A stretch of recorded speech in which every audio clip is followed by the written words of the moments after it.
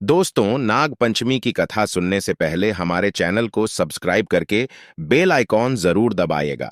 दोस्तों, नाग पंचमी की कथा मात्र चुपके से सुनने से भी आपके सभी पाप खत्म हो जाते हैं।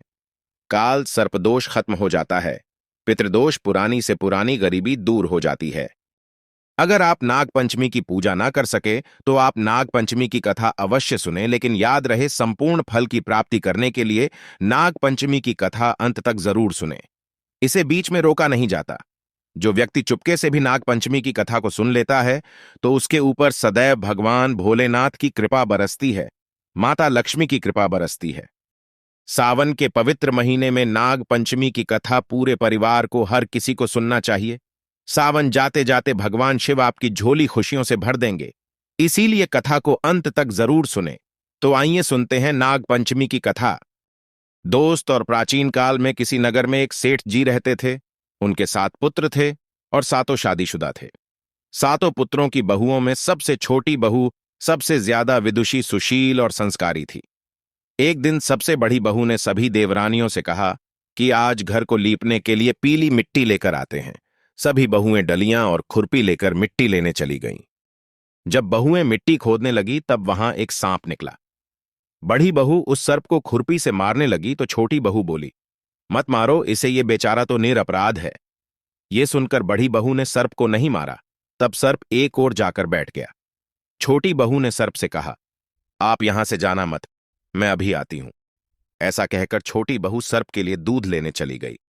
घर पहुंचकर वो अपने कामों में लग गई और सर्प को किया वादा भूल गई। अगले ही दिन जैसे ही उसे ये बात याद आती है तब वह दूध लेकर वहां पहुंची। तब उसने देखा कि सर्प तो वहीं पर बैठा है। सर्प को देखकर वो बोली, भैया मुझे माफ कर दो, मैं अपने कार्यों में लगकर आपसे किया वादा भूल गई। दोस्तों, तब सर्प बोला, मुझसे झूठ बोलने के लिए मैं अभी तुझे ढस लेता हूं, लेकिन तूने अंत में सच्चे हृदय से मुझे भैया कहा है, इसीलिए मैं तुझे छोड़ रहा हूं और आज से तू मेरी बहन हुई, तुझे जो चाहिए मांग लेना। छोटी बहू बोली, भैया मेरा कोई नहीं है, मुझे एक भाई मिल गया, मुझे और कुछ नहीं चाहिए। बस जब भी मैं अपने भाई को पुकारूं तो तुम चले आना। कुछ दिनों बाद सावन के महीने में सेठ जी की सभी बहुएं अपने अपने पीहर जाने लगीं और छोटी बहू से बोली, तेरा तो कोई पीहर नहीं है, तू कहां जाएगी? ये सुनकर छोटी बहू बहुत रोई। तभी वो सर्प एक मनुष्य का रूप धारण करके उसके घर आया और बोला, मेरी बहन को भेज दो। तब सबने कहा, इसका तो कोई भाई नहीं है। तो वो बोला, मैं दूर के रिश्ते का भाई लगता हूं। इस तरह विश्वास दिलाने पर घर के लोगों ने छोटी बहू को उसके साथ भेज दिया। दोस्तों, रास्ते में उसने छोटी बहू को बताया, बहन मैं तुम्हारा भाई सर्प हूं और तुम्हें अपने साथ अपने घर नागलोक ले जाने आया हूं। तुम डरना मत, तुम मेरी पूंछ पकड़ लो। छोटी बहू ने सर्प के कहे अनुसार किया। जैसे ही वो नागलोक पहुंचे, नागलोक के धन ऐश्वर्य को देखकर छोटी बहू चकित रह गई। सर्प उसे अपनी माता के पास में ले गया और बोला, माता, ये मेरी बहन है, इसने मेरी जान बचाई थी और ये कुछ दिन हमारे साथ रहने आई है। दोस्तों, सर्प की माता ने छोटी बहू को गले से लगा लिया। अब वो वहां खुशी खुशी रहने लगी। वहां शेष नाग के बहुत छोटे छोटे बच्चे जन्मे हुए थे।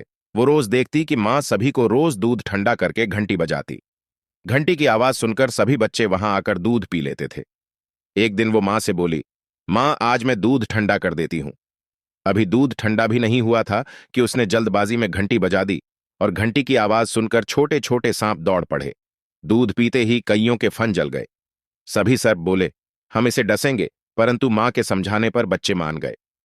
दोस्तों, तब उसके भाई सर्प ने और उसकी मां ने छोटी बहू को हीरे, मोती और जवाहरात देकर उसे विदा कर दिया। इतनी सारी धन दौलत देखकर बड़ी बहू बोली, भाई ने इतनी सारी दौलत दी है तो इसे झाड़ने के लिए एक सोने की झाड़ू भी दे देता। ये सुनकर सर्प ने सोने की झाड़ू भी लाकर दे दी और उसकी मां की तरफ से हीरे, मोती और मणियों का एक अद्भुत हार भी दिया। उस हार की प्रशंसा सारे नगर में होने लगी। दोस्तों, जब ये प्रशंसा नगर की रानी ने सुनी तो उस हार को पहनने की इच्छा उसने राजा को बताई। राजा ने तुरंत अपने सैनिकों को वो हार लेने भेज दिया। राजा के डर से सेठ जी ने छोटी बहू का हार सैनिकों को दे दिया। इस बात से छोटी बहू बहुत दुखी हुई और अपने भाई सर्प को याद करके उसे सारी बात बताई। सर्प बोला, बहन तुम दुखी मत हो, राजा खुद तुम्हें वो हार लौटाने आएंगे। रानी ने जैसे ही वो हार पहना, वो हार सर्प बन गया और रानी ने डरकर वो हार फेंक दिया। ये देखकर राजा ने छोटी बहू को उपस्थित होने का आदेश दिया। सेठ जी स्वयं छोटी बहू को लेकर गए। राजा ने छोटी बहू से पूछा, तूने क्या काला जादू किया है? छोटी बहू बोली, राजन मुझे क्षमा कीजिए, ये हार ऐसा ही है, ये हार मुझे मेरे भाई ने दिया है। इतनी देर में वो नाग वहां पर प्रकट हो गया। नाग बोला, ये मेरी बहन है और ये हार मैंने इसे दिया है। ये देखकर सभी लोगों ने नाग देवता को प्रणाम किया, क्योंकि उस दिन पंचमी तिथि थी, इसीलिए उस दिन से नाग पंचमी का त्योहार मनाया जाता है। दोस्तों, तभी से सभी स्त्रियां सर्प को अपना भाई मानकर उसकी पूजा करती हैं।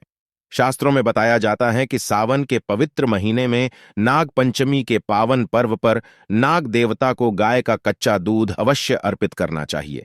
इस दिन नागों के राजा साक्षात आपको वरदान देते हैं। काल सर्प दोष समाप्त हो जाता है, पितृदोष दूर हो जाता है। नाग पंचमी पर नाग देवता के दर्शन करना बहुत ही शुभ और मंगलकारी माना जाता है। सच्चे दिल से कमेंट बॉक्स में लिखे नाग देवता की जय हो, ओम नम शिवाय एक लाइक तो बनता है।